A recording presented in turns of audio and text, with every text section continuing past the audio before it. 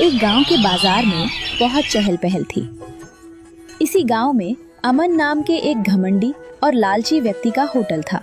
उसके होटल में सिर्फ चिकन चावल मिलता था। पूरे गांव में केवल वही एक नॉनवेज होटल था। इस वजह से अमन अपनी मन मर्जी के मनमाने दामों पर चिकन चावल बेचा करता था। एक दिन एक ग्राहक अमन के होटल पर आया। अमन भाई, जल्दी से मुझे एक प्लेट चिकन चावल देंगे क्या? हम दे रहा हूँ, लेकिन ध्यान रहे, गर्मा गर्म चिकन चावल की एक प्लेट के 150 रुपए लगेंगे। ये क्या कह रहे हो मंदा? कल ही तो मैंने यहाँ सिर्फ 100 रुपए में खाया था। कल की बात कल थी। आज बाजार में मुर्गियों के दाम बढ़ गए हैं, मसालों के दाम बढ़ गए हैं, और इन सब के साथ साथ आज मेरा दाम भी बढ़ गया है। लेकिन भाई, अगर तुम इतना ज्यादा दाम लोगे तो गरीब लोग कैसे खाएंगे? अरे गरीब लोग यहाँ चिकन खाने आते ही क्यों हैं? जाकर आलू का चोखा खाएं। बेटा, इस तरह लोगों की मजबूरी और तकलीफ का फायदा उठाना ठीक नहीं है। ए बुड्ढे, मुझे ज्यादा ज्ञान मत बांट। इस पूरे बाजार में मेरे खिलाफ बोलने की हिम्मत किसी में नहीं है, समझे? ठीक उसी समय अपने कंधे पर कुदाल रखे श्याम वहां से गुजर रहा था। उसने अमन की बातें सुनी और वहीं रुक गया। अमनदा, अगर आप खाने का दाम थोड़ा कम कर दोगे तो लोग खुश हो जाएंगे। लो भाई, आ गया हमारे गांव का महान साधु महात्मा। क्यों रे श्याम, तू तो खेतों में हल चलाता है और खेती बाड़ी करता है, अब तू मुझे व्यापार सिखाएगा? अमनदा, मैं तो बस इतना कह रहा था कि अगर लोगों के साथ अच्छा व्यवहार करोगे तो समाज में इज्जत मिलेगी। इज्जत से पेट नहीं भरता और ना ही रसोई में चावल पकता है। उसके लिए पैसा चाहिए, पैसा। और सुन ले, इस बाजार में जो मैं बोलूं वही आखिरी सच है। तभी बाजार में एक नया युवक आया जिसका नाम कबीर था। कबीर इस गांव में बिल्कुल नया था। वो बाजार की चहल पहल देखने लगा। बाजार तो काफी रौनकदार है, लेकिन इस अमन नाम के होटल वाले का घमंड तो आसमान छू रहा है। कबीर अमन के होटल के सामने जाकर खड़ा हो गया। सुनो भाई, मुझे एक प्लेट चिकन चावल देना। पहले 150 रुपए निकालो, तब खाना मिलेगा। अरे खाना खाने के बाद पैसे देने में क्या दिक्कत है? यहां सिर्फ अमन का नियम चलता है, पहले पैसा फिर खाना। कबीर ने बिना किसी बहस के अपनी जेब से पैसे निकाले और अमन को दे दिए। लेकिन पैसे देते हुए कबीर ने अमन की आंखों में आंखें डालकर एक गहरी बात कही। ठीक है, मैं पहले ही पैसे दे देता हूँ, लेकिन एक बात याद रखना अमन, जो धंधा सिर्फ लोगों को डराकर और धमकाकर चलता है वो ज्यादा दिन टिकता नहीं है। आसपास खड़े लोग कबीर की ये निडर बात सुनकर हैरान रह गए। तुम यहां नए आए हो, इसलिए तुम्हारी जबान बहुत चल रही है। इस बाजार में अगर मुझसे पंगा लेने की कोशिश की तो गांव में टिक नहीं पाओगे। वो तो वक्त आने पर देखा जाएगा। अमन गुस्से में फनफनाता रहा। वो अपने लालच और घमंड में अंधा हो चुका था, लेकिन वो ये नहीं जानता था कि कबीर के रूप में इस गांव में कोई ऐसा आ चुका है जो उसके अन्याय के साम्राज्य को हिला कर रख देगा।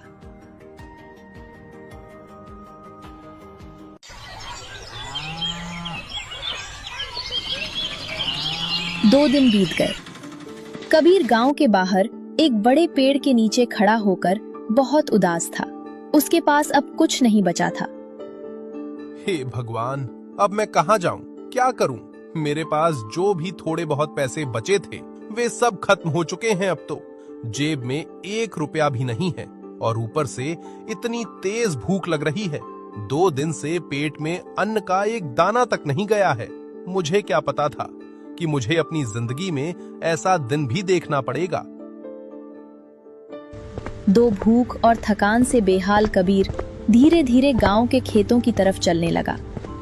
वहां उसने देखा कि श्याम अपने खेत में मेहनत से कुदाल चला रहा था।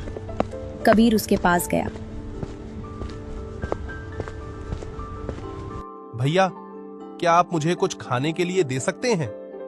मैंने 2 दिन से कुछ नहीं खाया है। मुझे बहुत जोर की भूख लगी है। श्याम ने कुदाल रोकी और कबीर को थका हुआ देखा। अरे भाई, तुम्हें देखकर ही लग रहा है कि तुम बहुत थक चुके हो और भूखे हो।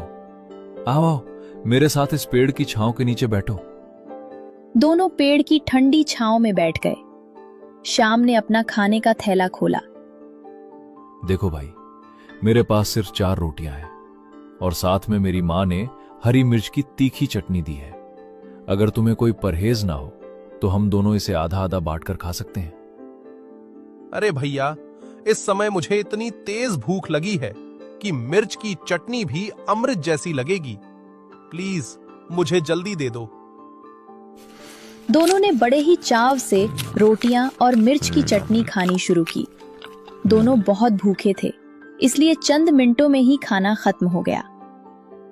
तुम इस गांव के तो नहीं लगते भाई। कहां से आए हो और तुम्हारा नाम क्या है? मेरा नाम कबीर है और सच कहूं तो इस वक्त मेरा इस दुनिया में कोई नहीं है। और तुम्हारा बहुत बहुत धन्यवाद भाई, जो तुमने अपनी रोटी मेरे साथ बांटकर मेरी जान बचाई। अच्छा, तो फिर तुम इस गांव में रहोगे कहां?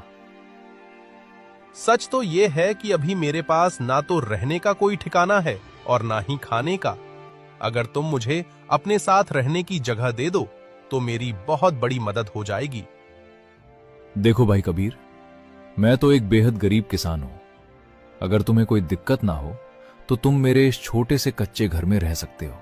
लेकिन हां, खाने पीने के जुगाड़ के लिए तुम्हें भी मेरे साथ कुछ काम करना होगा। मुझे मंजूर है भाई। दोनों बातें करते हुए श्याम के घर पहुंचे। श्याम का घर घास फूस से बनी एक छोटी सी झोपड़ी थी। घर पर श्याम की बूढ़ी माँ उनका इंतजार कर रही थी। श्याम बेटा, तुम्हारे साथ ये कौन है? इसे कहां से लेकर आए हो? मां, इसका नाम कबीर है। ये बहुत भूखा और लाचार था। इसका रहने का कोई ठिकाना नहीं था, इसलिए मैं इसे अपने घर ले आया। ये तो ठीक है बेटा कि तुमने एक भूखे की मदद की, लेकिन हमारे पास तो खुद के खाने के लाले पड़े हैं। हम किसी तीसरे का पेट कैसे भरेंगे? मां, वो मेहमान है, उसके सामने इस तरह की बातें मत करो, उसे बुरा लगेगा। कबीर कमरे के कोने में खड़ा होकर उनकी सारी बातें सुन रहा था और समझ गया था कि इस घर की माली हालत बहुत ज्यादा खराब है। मां, हम जरा बाजार की तरफ घूम कर आते हैं। दोनों दोस्त बाजार की तरफ चल दिए। रास्ते में कबीर ने श्याम से पूछा, श्याम भाई, तुम्हारी माँ घर पर ऐसा क्यों कह रही थी? अगर पैसे की इतनी ही तंगी है तो तुम सिर्फ इस छोटी सी खेती बाड़ी पर ही क्यों निर्भर हो? कोई दूसरा काम क्यों नहीं करते? क्या बताऊं भाई कबीर, एक समय मेरी माँ बहुत बीमार पड़ गई थी। उनके इलाज के लिए मेरे पास एक पैसा नहीं था। लाचारी में मैंने गांव के मुखिया से कुछ पैसे उधार लिए थे। कबीर ने श्याम की बात सुनी और सब कुछ समझ गया। चलते चलते वे बाजार के मुख्य चौराहे पर पहुंचे। वहां अमन के होटल के बाहर भारी भीड़ लगी हुई थी। श्याम भाई, मैंने पूरे बाजार में इतनी दुकानें देखी, लेकिन कहीं भी ऐसी भीड़ नहीं थी। इस अमन के होटल के बाहर इतनी भीड़ क्यों है? ये ऐसा क्या बेचता है? ये अमन का होटल है। अमन हमारे गांव का सबसे घमंडी आदमी है। पूरे गांव में केवल उसी के पास चिकन बेचने का एक अधिकार है। वो अकेला ही चिकन चावल बेचता है, इसलिए यहाँ हमेशा इतनी भीड़ रहती है। अरे, अगर गांव के लोगों को चिकन खाना इतना ही पसंद है तो कोई दूसरा यह चिकन का होटल क्यों नहीं खोलता? अमन बहुत ही शैतान इंसान है। अगर कोई हिम्मत करके चिकन या मटन की दुकान खोलने की सोचता भी है तो वो कुछ ना कुछ करके उसे बंद करवा देता है। हम उसकी नकल थोड़ी ना करेंगे जो वो बंद करवा देगा। वैसे भी वो बहुत महंगे दामों पर बासी चिकन चावल बेचता है। गरीब लोग तरसते रह जाते हैं और बिना खाए भूखे लौट जाते हैं। भाई, वैसे तुम्हारे दिमाग में क्या चल रहा है? चिकन पराठा। हम दोनों मिलकर बाजार में चिकन परोठे का एक ठेला लगाएंगे। वाह कबीर भाई, ये तो बहुत ही शानदार आइडिया है। गांव के लोग चिकन के दीवाने हैं और अगर हम चिकन पराठा लेकर आएंगे तो लोग उंगलियां चाटते रह जाएंगे। लेकिन तभी श्याम का चेहरा अचानक उतर गया। लेकिन भाई कबीर, हमारे पास तो नया ठेला खरीदने के पैसे ही नहीं है। चूल्हा, कड़ाही, तवा और चिकन मसाले खरीदने के लिए पैसे कहां से आएंगे? कबीर मुस्कुराया। उसने अपनी उंगली से एक चमचमाती हुई सोने की अंगूठी निकाली और श्याम के सामने रख दी। तुम उसकी चिंता मत करो श्याम भाई, मेरे पास ये सोने की अंगूठी है। हम इसे सुनार की दुकान पर बेच देंगे और जो पैसे मिलेंगे उससे दुकान का सारा सामान खरीद कर कल से ही काम शुरू करेंगे। अरे कबीर भाई, तुम्हारे पास इतनी कीमती सोने की अंगूठी कहां से आई? अरे भाई तुम चिंता मत करो, ये बिल्कुल असली और मेरी अपनी ही अंगूठी है। बस तुम इसे बेचने की तैयारी करो, कल से हमारा नया सफर शुरू होने वाला है। दोनों दोस्तों की आंखों में अब एक नया हौसला और मुखिया के चंगुल से आजाद होने का एक खूबसूरत सपना तैर रहा था। अगली ही सुबह कबीर और श्याम ने मिलकर अपनी झोपड़ी की रसोई में ताजा चिकन और परोठे का आटा गूंथना शुरू कर दिया। श्याम कोयले की आंच पर चिकन को मसालों के साथ पकाने लगा, जिसकी खुशबू पूरे घर में महकने लगी। कुछ ही समय में दोनों ने स्वादिष्ट चिकन और मुलायम पराठे तैयार कर लिए। कबीर ने जोर जोर से आवाज लगानी शुरू की। आइए आइए भाई बहनों, दादा दीदी, और खाकर जाइए गर्मा गर्म जायकेदार चिकन पराठा। कबीर की आवाज और हवा में तैरती चिकन पराठे की लाजवाब खुशबू सुनकर कुछ ग्रामीण वहां खिंचे चले आए। अरे तुम लोग क्या बोल रहे हो? चिकन के साथ पराठा? वाह, पूरे गांव में तो सिर्फ एक ही चिकन चावल का होटल है और वो बहुत ज्यादा पैसे लेता है। तुम लोग बताओ, तुम्हारी एक प्लेट कितने की है? दादा, हमारे यहाँ चिकन पराठा की एक प्लेट सिर्फ 50 रुपए की है।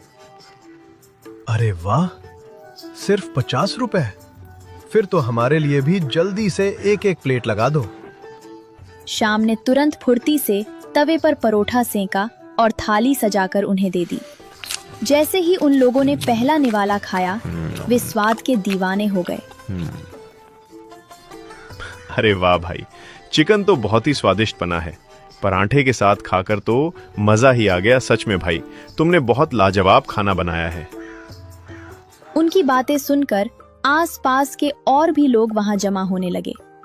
देखते ही देखते श्याम और कबीर के ठेले के सामने ग्राहकों की लंबी कतार लग गई। ओ भैया, मेरे लिए भी जल्दी से 2 प्लेट पैक कर दो। शाम होते होते कबीर और श्याम का पूरा ठेला खाली हो गया। पतीले में चिकन का एक टुकड़ा भी नहीं बचा। अरे कबीर भाई, मैंने सोचा था कि मैं भी अंत में थोड़ा खाऊंगा, लेकिन यहां तो सब कुछ ही खत्म हो गया। आज हमारी बहुत अच्छी कमाई हुई है श्याम भाई। कल सुबह तुम सबसे पहले पेट भरकर खाना, उसके बाद ही हम बेचना शुरू करेंगे। अगली सुबह जब बाजार खुला तो वहां फिर से भारी चहल पहल थी, लेकिन सबसे ज्यादा भीड़ श्याम और कबीर के ठेले के सामने ही लगी थी। लोग कतारों में खड़े होकर चिकन परोठे का स्वाद ले रहे थे। ये सब देखकर सड़क के उस पार अपने खाली पड़े होटल में खड़ा अमन गुस्से से लाल पीला हो रहा था। उसका इतना अच्छा चलने वाला होटल अब बिल्कुल खाली पड़ा था। वो अपनी गुस्सा पर काबू नहीं रख पाया और गुस्से में पैर पटकता हुआ श्याम और कबीर के ठेले के पास आया। क्यों रे श्याम, क्या जादू टोना कर दिया है तुमने इस चिकन पराठे में?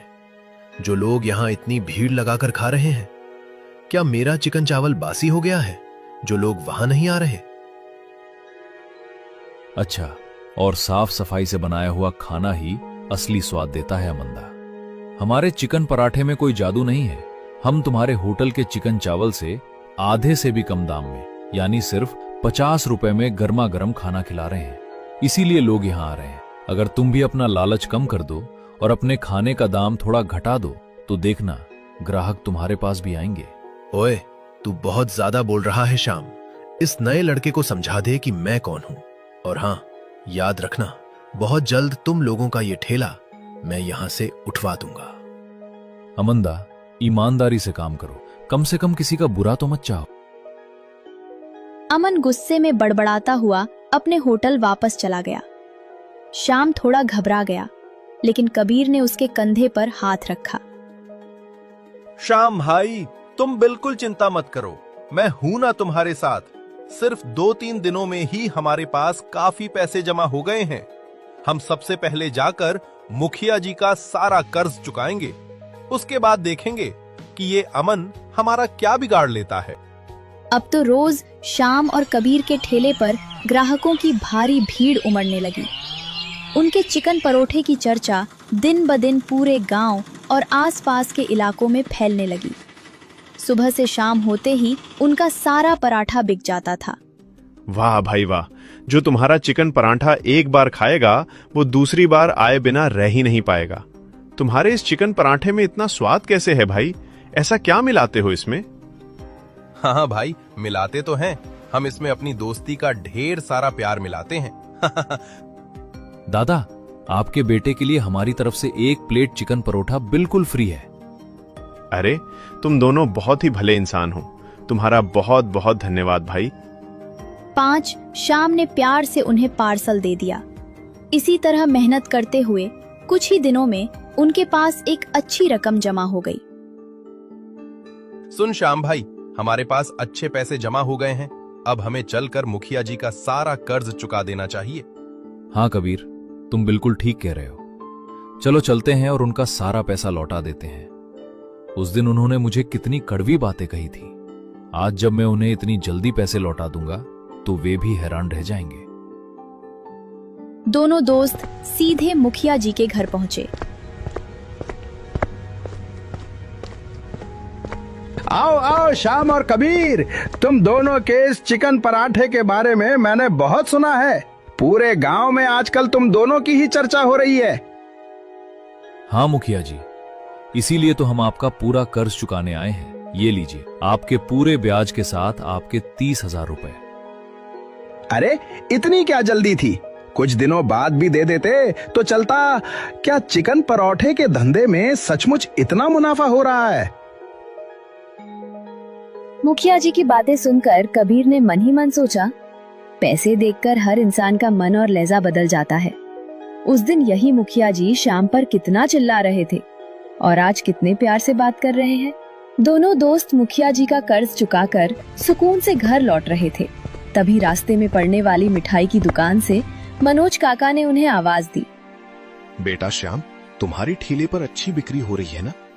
हाँ काका, आप लोगों के आशीर्वाद से धंधा बहुत बढ़िया चल रहा है। लेकिन एक बात हमेशा याद रखना बेटा, हर बड़ी सफलता के पीछे किसी ना किसी की बुरी नजर भी लगी होती है। काका, आप क्या कहना चाहते हैं? बेटा, एक समय मैंने भी यहाँ बिरयानी की दुकान खोली थी और वो बहुत अच्छी चल रही थी। लेकिन इसी अमन ने झूठ फैलाकर और मुझ पर झूठे आरोप लगवाकर मेरी दुकान बंद करवा दी थी। इसीलिए कह रहा हूँ, थोड़ा संभल कर रहना और अपना ख्याल रखना। मनोज काका की चेतावनी सुनकर दोनों दोस्त सोचने लगे और फिर अपने घर की ओर बढ़ गए। उसी रात आसमान में गोल चांद चमक रहा था और पूरे बाजार में सन्नाटा था। अमन अपने होटल के बाहर खड़ा होकर किसी का इंतजार कर रहा था। तभी वहां बिरजू नाम का एक शराबी झूमता हुआ आया। ऐ बिरजू सुन, तू हमेशा नशे में धुत रहता है। आज मैं तुझे एक काम सौंप रहा हूँ। ये काम बहुत सफाई से होना चाहिए, समझा? अमंदा, बोलो, क्या काम है? वो जो शाम का ठेला है ना, उसे रात के अंधेरे में वहां से गायब कर दे। ऐसा गायब कर कि सुबह किसी को ना मिले। अरे तुम चिंता मत करो अमंदा, मैं उसे ऐसी जगह फेंक आऊंगा कि कोई ढूंढ ही नहीं पाएगा। बस तुम सुबह मेरे लिए 1 बोतल दारू तैयार रखना। बिरजू झूमता हुआ शाम के ठेले के पास पहुंचा। उसने ठेले को धक्का देने की कोशिश की, लेकिन ठेला जमीन पर लोहे की मोटी चेन और ताले से बंधा हुआ था। इस वजह से ठेला टस से मस नहीं हुआ। आज तो मैं इसे बहुत दूर फेंक कर आऊंगा ताकि अमनदा मुझे रोज एक बोतल मुफ्त में दे। नशे की हालत में बिरजू वहीं होटल के पास ही जमीन पर सो गया। अगली सुबह जब अमन अपने होटल पहुंचा तो उसने देखा कि बिरजू उसके होटल के बाहर जमीन पर मजे से सो रहा था। अमन ने उसे लात मारकर जगाया। ऐ शराबी, तू रात से यहीं सो रहा है क्या? मैंने तुझे एक छोटा सा काम दिया था, वो भी तुझसे ढंग से नहीं हुआ। अरे अमनदा, क्या बोल रहे हो? मैं तो उस शाम के ठेले को रात को ही धक्का देकर बहुत दूर छोड़ आया हूँ। ऐ अक्ल के अंधे, जरा सामने देख, वो किसका ठेला खड़ा है? बिरजू ने सामने देखा तो श्याम और कबीर अपने ठेले पर रोज की तरह मुस्कुराते हुए चिकन परोठे बेच रहे थे और ग्राहकों की भारी भीड़ लगी थी। अरे ये ठेला यहाँ वापस कैसे आ गया? मैं सच कह रहा हूँ श्यामदा, मैं तो इसे बहुत दूर छोड़ कर आया था। मेरी ही गलती थी जो मैंने एक शराबी को काम दिया। चल भाग यहां से। अमन समझ गया कि ऐसे काम नहीं बनेगा, अब उसे खुद ही कुछ बड़ा करना होगा। उसी रात जब बाजार पूरी तरह खाली हो गया और सभी दुकानें बंद हो गईं, तो अमन चुपके से शाम के ठेले की तरफ बढ़ा। उसके हाथ में एक छोटी सी प्लास्टिक की पुड़िया थी जिसमें नशीला पदार्थ था। तुम्हारे चिकन परोठे का इतना नाम हो रहा है ना, मेरे रहते मैं ऐसा कभी नहीं होने दूंगा। मैं आज तुम्हारी इस कड़ाही में ये नशीला पाउडर मिला दूंगा, फिर देखना तुम्हारी दुकान कैसे बंद होती है। अमन ने आसपास देखा कि कोई उसे देख तो नहीं रहा है और फिर चुपचाप उस कड़ाही के अंदर रखे मसालों और चिकन में वो सफेद नशीला पाउडर मिला दिया और वहां से भाग गया।